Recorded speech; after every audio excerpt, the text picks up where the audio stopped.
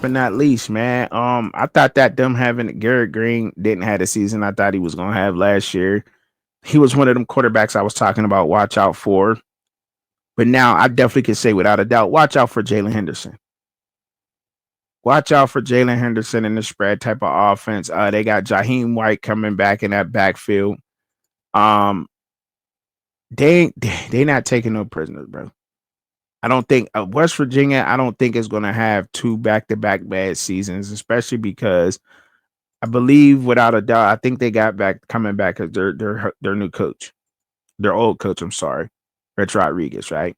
I think him coming back is going to add some stability and put a little bit of culture up into that team. Let them get back to their ways. West Virginia was probably not the prestigious, right? Probably not the best, but prestigious program. But like this is just one of them things where it kind of looks like they shift around a lot of their O line, like their O line guys that are familiar with the team that probably be coming back. Landon, they got two of those guys coming back. One receiver, but other than that, they got Walter Youngbeard coming in, transferred from Tulsa, 6'3", 312 pounds. Um, Jalen Henderson, a quarterback, transferred in from Texas A&M, played up at Fresno State. He's 6'3", 229 pounds. Like I said, dual threat type of guy, redshirt senior. Um, Johnny Pacuzzi from Iowa. He's a tight end. You know, tight ends come from Iowa, Notre Dame, but he didn't really play too much. He only had one reception, 40 yards last year in Iowa. But Takese Crawford coming in from Arkansas, offensive right tackle, 6'5", 327 pounds. Um, right guard, Kimo coming in from LSU, 6'4", 300 pounds. You know what I mean? I guess that's where they went and grabbed up guys from. Then, like I said, then they got Walter Youngbeard. I told y'all where he came from. He's transferred into the offensive line. The three new offensive linemen over there. They got Cam Vaughn from Jacksonville State, 6'2", 190 pounds receiver. Had 48 receptions, 803 yards, and 5 touchdowns. That's what he had last year in 2024. And Jeff Weimer, he came in Idaho State. He been around, man. Hartnell College, City of San Francisco, JUCO, UNLV, Idaho State, 6'2", 204 pounds. You know what I'm saying? Been around. This probably fifth, sixth school. That's their pretty much their office, but they got a new coach over there. They try and change things up because I mean, 6-6 and 5-4, that's not gonna cut it for West Virginia. That's not gonna cut it. I don't think. Jamar Robinson, the defensive end, transferred over from UTSA, 6'4", 262 pounds, at 27 solo tackles. He had 10 and a half sacks and 2 forced fumbles. Get that over there. That's important, I think so. Braden Siders from Wyoming as a defensive end, 6'2", 241 pounds, 12 solos, 3.5 sacks last year, 2024. They get another guy that could get after it. Then they went and grabbed up Chase Wilson, linebacker from Colorado State, 6'1", 230 pounds, 39 solo tackles, and 2 interceptions. And I'm probably remembering a little bit, but now he's at West Virginia. Michael Coach Jr., cornerback, come in from Nevada, 29 solo tackles, 4 interceptions, 13 passes defended. He's also transferred over. He'll probably be a starter over there. Because they need help over there. And they got a lot of corners. They went and grabbed a lot of corners to transfer in. And that's what they needed, corners and safeties, right? And they went and grabbed up Justin Harrington from Washington, 6'3" safety, 214 pounds. They went and snatched him up. They had to get a lot of guys because they lost a lot on that defense. I'm not gonna lie. They lost a lot in that defense. But I wouldn't say, to be fair, was it a lot of high production? No. No. Jordan Walker transferring from Chattanooga, 6 foot, another safety, 190 pounds. Probably get on the field. But like I said, they went and grabbed up a lot of DBs. They grabbed a lot of DBs, a lot, and they got a lot of freshmen. You know what I'm saying? Filling in. That's probably going to some of these freshman guys may pop up after the spring game, and when it's time for what I'm saying for them to finalize their rosters and their depth charts, a lot of these freshmen that they grabbed up may even be there. You know what I'm saying to fill in. Like for instance, our receiver Jaleel Hall. Jaleel Hall is a freshman from Philly, 6'5", 195 pounds. Don't be surprised if you've seen him on the field at receiver for West Virginia this year. Do not be surprised at all because we've seen freshmen at receiver, especially coming in and eat it up. Um, and that's just what they do because that's what they do. You know what I mean? And they got a lot of transfers. Jason Chambers transferred in. One of the DBs. William Davis is another DB that transferred over, and Derek Carter is another one that transferred over. But we'll take a look at their schedule real quick. I mean, it's probably the same thing we probably all been looking at, right? So they start off with the blue and gold game. They got Robert Morris, Cupcake, at Ohio Bobcats, not a cupcake. Planet Pit Panthers, that's important. That's the backyard brawl. That's always an important game. But they play Pitt at home. It's important. Then they go to Kansas. Then they got a Utah at home. Then they go to BYU. Then they have a bye week. Then they go to UCF. Then they play TCU at home. Then they at Houston. Then they got Colorado at home. Then they're at Arizona State. Then they have a bye week. Then they got Texas Tech at home. And this is just how they finishing off their season. I mean, look,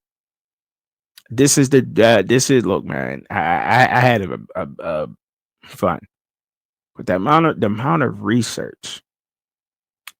research that goes into this, it's a lot of work.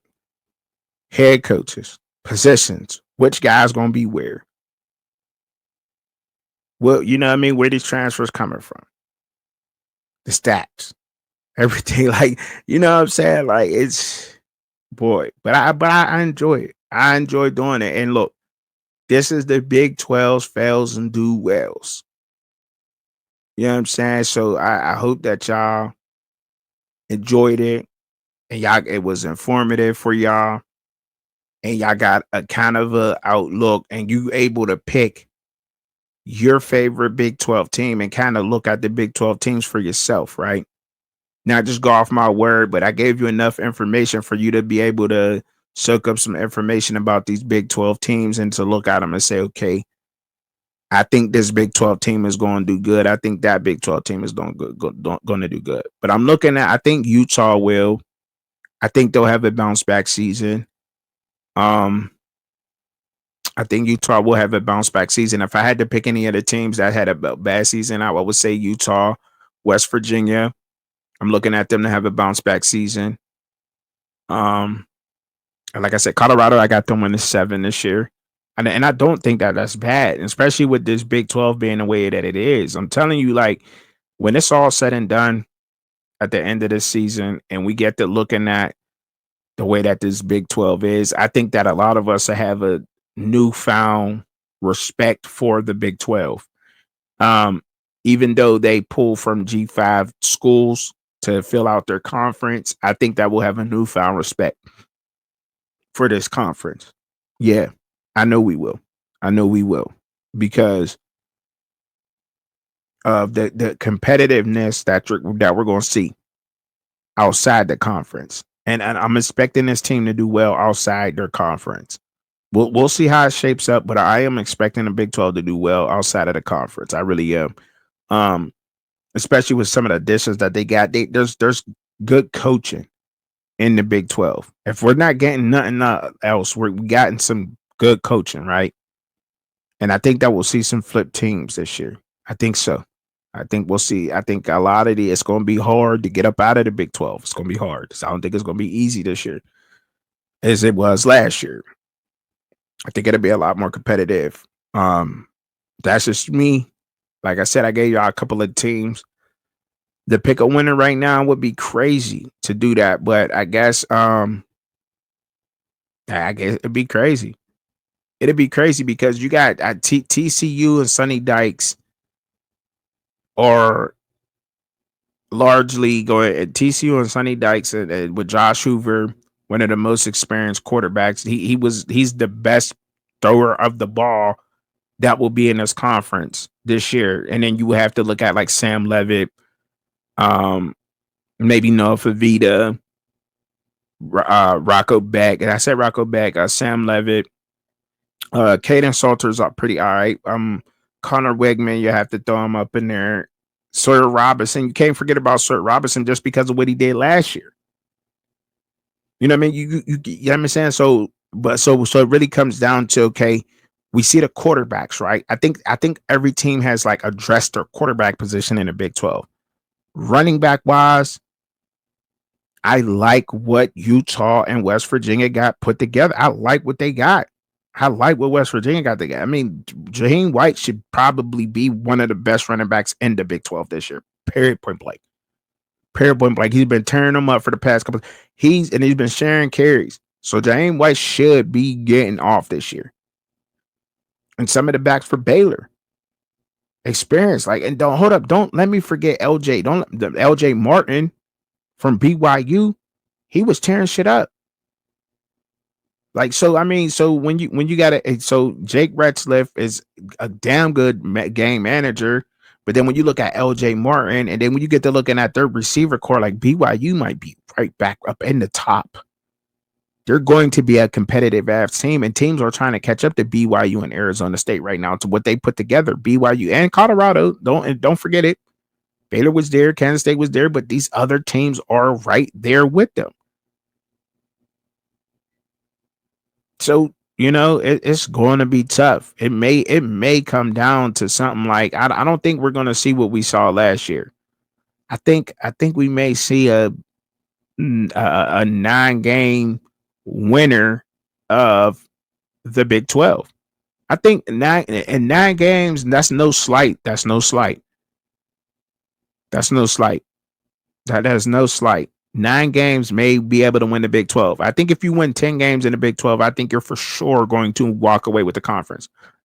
Looking at the schedules that we all seen, but y'all let me know what y'all think down in the comments, man. I enjoyed it, but y'all know how I do it now, man. But you know what I'm saying? Y'all know how I do it now. Pray for me. Pray for y'all. Peace, y'all. Bye-bye there.